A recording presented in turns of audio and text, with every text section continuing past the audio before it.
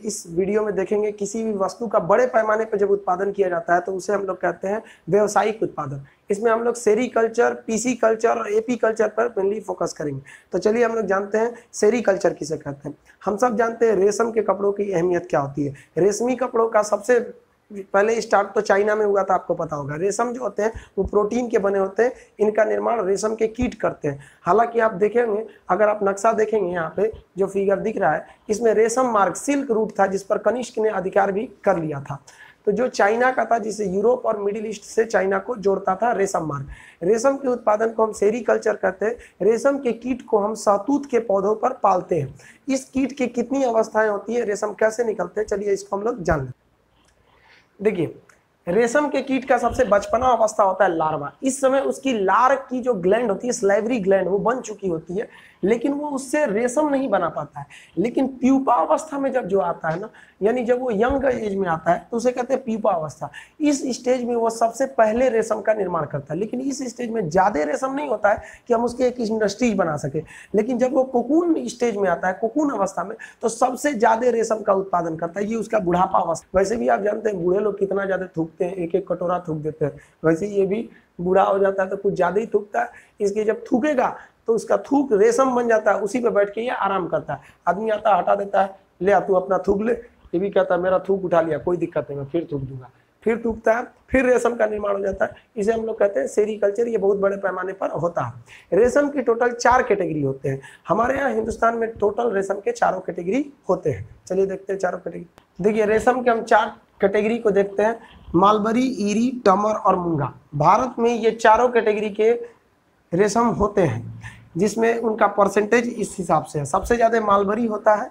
ये percentage point में कुछ आगे पीछे हो सकते हैं। भारत में सबसे ज़्यादा रेशम का उत्पादन कर्नाटक में होता है। रेशम प्रोटीन का बना होता है, जबकि जूट आप समझते हैं, जूट को हम लोग हिंदी में पटसन कहते हैं। जूट जो होता है हिंदी में इसे कहेंगे पटसन।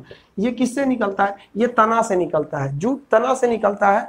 ये किसका बना होता है? सेल्यूलोज का। सेल्यूलोज का बना होता है। अगर हम जूट की बात करेंगे तो पूरे इंडिया में, पूरे वर्ल्ड में सबसे ज्यादा जूट का उत्पादन भारत में हो जाता है, और पश्चिम बंगाल इसमें 1 नंबर है। हालांकि जब इंडिया पाकिस्तान का सेपरेशन, विभाजन हुआ था, तो सबसे ज्यादा प्रभावित कोई उद्योग हुआ था तो जूट उद्योग हुआ था। क्यों? क्योंकि जूट के कारखाने इंडिया में रह गए, और जूट का जितना भी खेत था वो बांग्लादेश, जो यानी कि उस समय पूर्वी पाकिस्तान था, उसके पास चला गया। फिर भी अभी हम लोग 1 नंबर जूट उत्पादन में है। दूसरे नंबर पे जूट उत्पादन में जो आता है वो बांग्लादेश आता है। जूट के बोरे देखे होंगे आप लोग, वो तना से प्राप्त किया जाता है जूट के बोरे को। इसमें बहुत ज्यादा लेबर की जरूरत होती है। इसके जूट से रेशा बनाना कताई कहलाता है। इसे पानी में 1-2 दिन भिगा के रखना पड़ता है, जो बहुत ज्यादा लेबर कॉस्ट वाला काम है। आप इसको, जूट को आप देख सकते हैं या इमेज में जूट कैसा होता है। बोरा वगैरह इसके बनाए जाते हैं। सेकंड समझते हैं हम लोग एपीकल्चर, मधुमक्खी पालन। मधुमक्खी पालन व्यावसायिक स्तर पे बहुत ज्यादा मधुमक्खी पालन को कहते हैं एपीकल्चर। मधुमक्खी का जो शहद होता है, ये शहद जो होता है, इसमें फ्रुक्टोज और सुक्रोज होता है। मधुमक्खी की जो चाल होती है वो 16 मील प्रति घंटा के चाल से ये चलती है। मधुमक्खी प्रति घंटा का चाल इसका होता है। मधुमक्खी का जो छत्ता होता है, जिसमें मधुमक्खी रहती है, मधुमक्खी का छत्ता वो मोम का बना होता है। मधुमक्खियां इसको नेचुरली बनाती है। मधुमक्खियों की जो फैमिली होती है, फैमिली में मधुमक्खी के 3 कैटेगरी रहते हैं पूरे फैमिली में। एक इसमें जो होती है रानी होती है, और कुछ इसमें नर होते हैं, और बाकी इसमें श्रमिक होते हैं। श्रमिक जो नपुंसक होते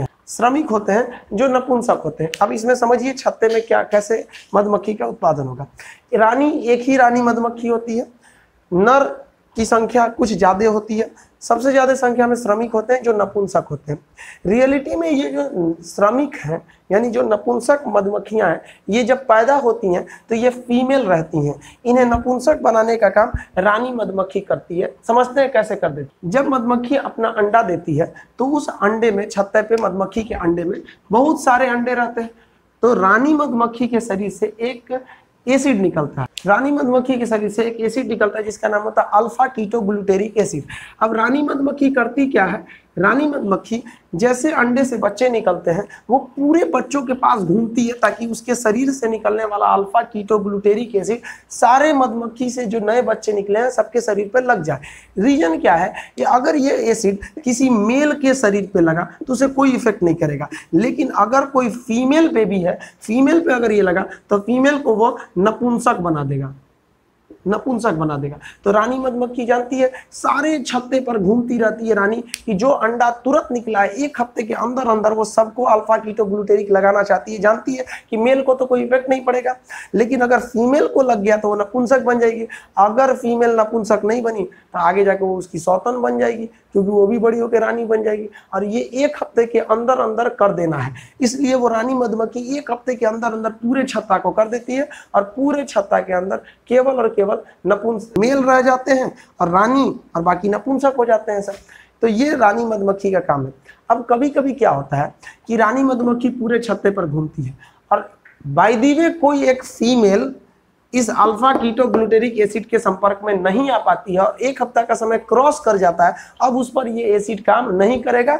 अब यही मधुमक्खी जो फीमेल थी बड़ी होकर रानी मधुमक्खी बन जाएगी। तो आप देखे होंगे एक छत्ता रहता है, उसके बगल में एक दूसरा छत्ता बहुत ही जल्दी लग जाता है। जो बच गई थी फीमेल बड़ी होकर रानी बनी और वह रानी इधर की ओर चल दी। इस पे से जितने भी मेल थे सब वो मेल इस रानी को, कुछ मेल यहीं रह गए और कुछ मेल उधर की ओर चल दिए। ताजा ताजा कली खिली है हम उसके दीवाने हैं, चल दिए सब उधर में। तो ये होता है आपका एपीकल्चर में, ये सिस्टम होता है। अब आप देखे होंगे कभी कभी मधुमक्खी के छत्ता पे आप ईंटा मारिएगा, अगर वो नपुंसक को लग गया, नपुंसक को, तो 2-4 नपुंसक दौड़ा के काटेंगे, और अगर मेल को लग गया तो 10-15 आ जाएंगे उसको काटने के लिए। और अगर गलती से रानी मधुमक्खी को लग गया तब रानी दौड़ेगी तो उसके पीछे मेल दौड़ेगा, सब मेल के पीछे पीछे नपुंसक दौड़ेगा कि मैडम कहाँ कहाँ कहाँ कहाँ। अब वो जिनको काटेंगे सब उनको बर्बाद कर देंगे सब। इसलिए मेल जो होते हैं ये तो कम संख्या में, तो सबसे बड़ी होती है मधुमक्खी के छत्ते की रानी। अगर रानी जिधर गई उनको तो बर्बाद कर देंगे। कभी कभी आप एक चीज और देखे होंगे, कोई कोई छत्ता जो होता है ना वो खाली हो जाता है, उस छत्ते पे कोई मधुमक्खी नहीं रहती है, तो छत्ता खाली कैसे हो जाता है? तो कभी कभी क्या होता है कि रानी मधुमक्खी मर गई बीमार होने की वजह से, या कभी कोई ईंटा मारा और इत्तेफाक से रानी मधुमक्खी को लगा तो मर गई। तो नर कहेंगे सब अब हम क्या करेंगे, मैंने तेरे लिए जग छोड़ा तो मुझको छोड़ चली, भाग जाते हैं सब वहां से। तो कभी कभी छत्ता खाली हो जाता है। अब बात आता है एपीकल्चर में करते क्या है। एपीकल्चर में क्या होता है, जो रानी मधुमक्खी होती है जैसे अंडा देती है और जब अंडा फूटने का टाइम होता है तो उस रानी मधुमक्खी को पकड़ के डिब्बे में बंद कर दिया जाता है कि तुम अंदर रहो। तो उससे क्या होगा, जितने मेल हैं उन पे वो अल्फा कीटोग्लूटेरिक एसिड उन पे तो पहले भी असर नहीं कर रहा था। अब ये जो फीमेल थी रानी मधुमक्खी है ही नहीं है जो उन पर ये वाली एसिड लगाए। अब वो 1 हफ्ता 10 दिन का समय चला जाता है तब रानी मधुमक्खी को छोड़ा जाता है।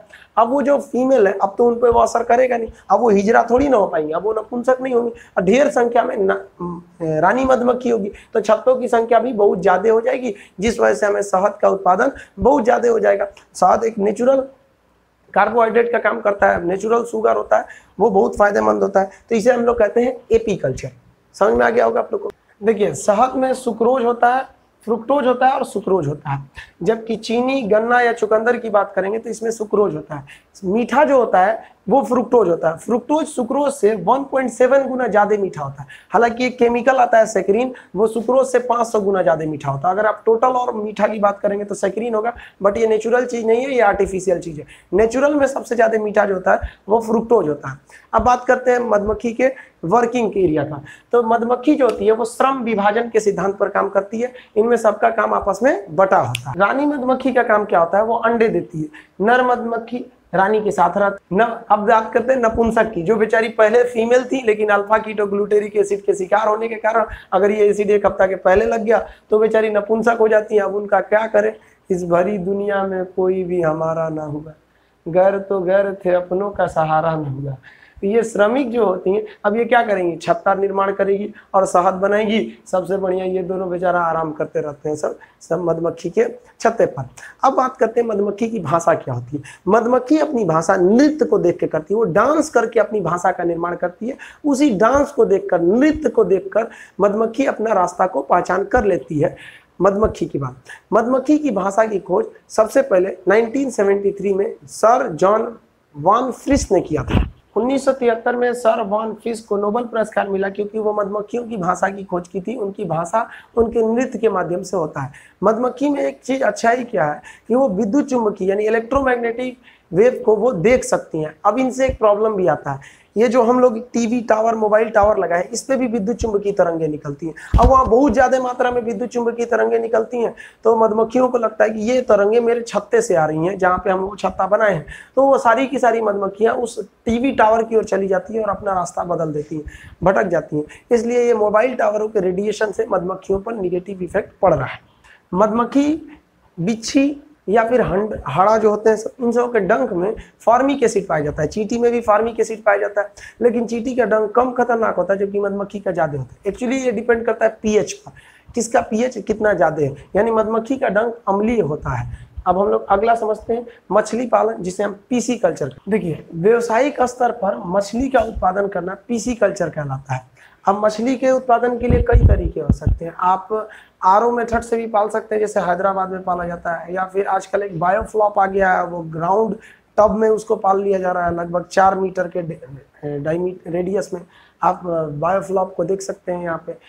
अब मछली को हम लोग जो पुराना विलेज मेथड है उसको कैसे पालते हैं, तो एक्चुअली मछली पालने के लिए जो तालाब होता है वो तालाब 5 फीट गहरा होना चाहिए, ये पीसी कल्चर के लिए, जिसमें पानी जो होना चाहिए वो केवल 4 फीट तक ही पानी होनी चाहिए। अब आप मछलियों की भी कैटेगरी देंगे, कई ऐसी मछलियाँ होती हैं जो बहुत गहराई में रहती हैं, तो आप इसमें 3 तरह के मछलियों को डाला जाता है। बहुत गहराई में रहने वाली मछलियाँ नीचे चली जाती हैं, मीडियम गहराई वाली ऊपर, और कम गहराई वाली ऊपर रहती है। यानी एक ही तालाब में आप 3 तरह की मछलियों को पाल सकते हैं। मछलियों का सबसे बड़ा भोजन होता है अमोनिया। अमोनिया कहाँ से आएगा, तो इसके लिए एक सबसे बेस्ट तरीका क्या होता है, बत्तख। बत्तख का जो बीट होता है, यानी जब बत्तख लेट्रिन करता है तो वो मछलियां उसके लिए सबसे प्रोटीन वाला खाना होता है, मछलियां उन्हें खा लेती हैं। अब बत्तख जो मछलियों को नुकसान करने वाला कीटाणु होते हैं, बत्तख उन्हें खा जाते हैं, तो दोनों के साथ एक चेन रिएक्शन चलते रहता है। बहुत अच्छा बात है। अब बत्तख से मछलियां डर जाती हैं तो बत्तख को देख के मछलियां भागती हैं। मछली जितने भागेंगी उनका एनर्जी उतना खत्म होगा, वो बहुत जल्दी बढ़ेंगी। तो एक बत्तख पालन हो सकता है यहाँ पे। तो ये दोनों एक दूसरे से रिलेटेड होते हैं, इसे हम पीसी कल्चर के नाम से जानते हैं, मछली पालन। अब देखिए, मुर्गी पालन को हम लोग कुक्कड़ बोलते हैं, पोल्ट्री फार्मिंग के नाम से जानते हैं। ये कई टाइप से होती है, बॉयलर होती है, एक लेयर फार्मिंग होती है। लेयर मुर्गी फार्मिंग उसे बोलते हैं जो अंडा देती है, बॉयलर फार्मिंग उसे बोलते हैं जो मीट पर्पज मांस के लिए बोया जाता है। और कुछ बैकयार्ड फार्मिंग होती है जो मतलब घर के पीछे आंगन वगैरह में जो गाँव में लोग मुर्गी पालन करते हैं उसे बैकयार्ड फार्मिंग के नाम से जानते हैं। मुर्गियों के लिए भी सबसे बड़ा प्रॉब्लम क्या होता है, उनमें बीमारियाँ ज़्यादा आती हैं सब मुर्गी पालन में, तो उसका उत्पादन भी आजकल नाबार्ड बहुत ज़्यादा सब्सिडीज वगैरह देती है। बाकी आप यहाँ लिस्ट देख सकते हैं, जो जो चीज़ के उत्पादन का जो भी कल्चर था वो हमने यहाँ पे लिस्ट में दे दिया है। मिलते हैं हम लोग नेक्स्ट वीडियो के साथ, तब तक के लिए जय।